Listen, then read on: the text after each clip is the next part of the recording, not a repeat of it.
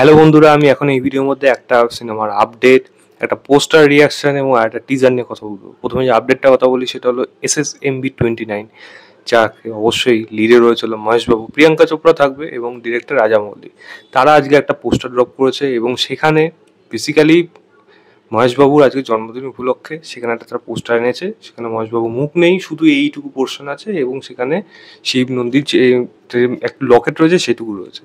তো এই পোস্টারটা আনার পেছনে কি উদ্দেশ্য আছে আমি জানি না। মহেশবাবুর জন্মদিনে নিশ্চয়ই মহেশবাবু একটা ফার্স্ট লুক তারা আনতে পারতো, সেটা না এনে এরকম ধরনের প্রচার। আমি জানি রাজামৌলি একটু সিক্রেট সবকিছু লুকিয়ে রাখে, তবে এই পোস্টার আনার আমি তো কোনো মানে খুঁজি না। কারণ আমি এটা নিয়ে কি বলবো, কি বা আছে এই পোস্টারটার মধ্যে যে আলাদা করে আলোচনা করবো? শুধু ওই লকেটটার মধ্যে অনেক কিছু ভাবনা চিন্তাও করা যাবে এই মানুষটাকে কেন্দ্র করে। এবং যেটা দেখা যাচ্ছে যে সিনেমার হয়তো নাম তারা একটা কাইন্ড অফ একটা রেখে দিয়েছে, যেমন RRR এর সময় হ্যাশট্যাগ RRR রেখেছিল, সেটাই পরে সিনেমার নাম হয়েছিল।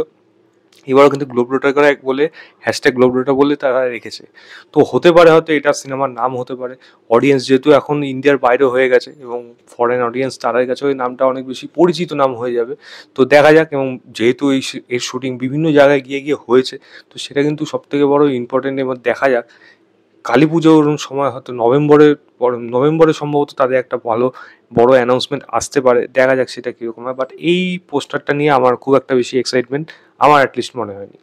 দ্বিতীয় যেটা কথা বলবো সেটা হলো প্যারাডাইস সিনেমার একটা পোস্টার, যেটা গতকাল বেরিয়ে গেছিলো, নানির পোস্টার। এবং এই পোস্টারটা কিন্তু খুবই ইউনিক একটা স্টাইলিশ পোস্টার হচ্ছে। নানি বসে আছে এবং সবার হাতগুলো কিন্তু দেখা যাচ্ছে তাকে ঘিরে, চারিদিকে ঘিরে আছে এবং শ্যাডো যেভাবে পড়ছে, প্রত্যেকটা জিনিসের মধ্যে একটা ইউনিক স্টাইল কিন্তু এই প্যারাডাইস প্রত্যেকবার এটা মেনটেন করছে। এবং তার জন্য কিন্তু আলাদা একটা অ্যাকসেপ্টেন্স অডিয়েন্সের মধ্যে, যেটা আমার মনে হচ্ছে বারবার সেটাই হয়ে যাচ্ছে। এবং নানি কিন্তু প্রত্যেকবার সেই জায়গাতে কিন্তু মানে বলে বলে ছক্কা মারছে।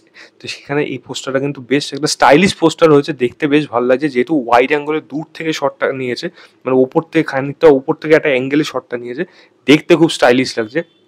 যার জন্য এই পোস্টারটা কিন্তু আমার বেশ ভালোই লাগলো। এবার দেখা যাক বাকি এই যা জিনিসগুলো আছে সেগুলো কবে আসে, সেটা কিন্তু অবশ্যই এক্সাইটেড থাকবো। তৃতীয় যেটা কথা বলবো সেটা হলো বনি সেনগুপ্ত, সৌরভ দাসের আপকামিং সিনেমা ঝড়, তার টিজার নিয়ে। এবং সত্যি বলতে গেলে এই টিজারটা দেখে আমি আসলে কিছু আমি বুঝতে পারিনি। এটা হতে পারে তারা গল্প লুকিয়ে রাখছে, সেটা ভালোও হতে পারে আবার সেটা খারাপও হতে পারে।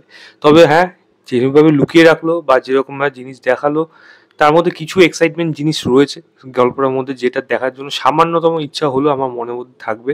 এবং একটা মিস্টিরিয়াস ব্যাপার রয়েছে, কারণ এখানে বনি ক্যারেক্টারটা যে খুব সম্ভবত যে মেয়েটি এখানে রয়েছে তার সম্ভবত টিচার বা কিছু একটা হবে, এরকম কিছু হতে পারে। বা হয়তো ওয়েল উইশার বা গাইডেন্স হিসাবে তাকে হয়তো একটা জায়গায় পড়তে নিয়ে যাচ্ছে। বাট মেয়েটার সম্ভবত মৃত্যু হবে বা কিছু একটা এরকম হবে। মেয়েটার বয়ফ্রেন্ড থাকবে বলে সম্ভবত এখানে সৌরভ দাস।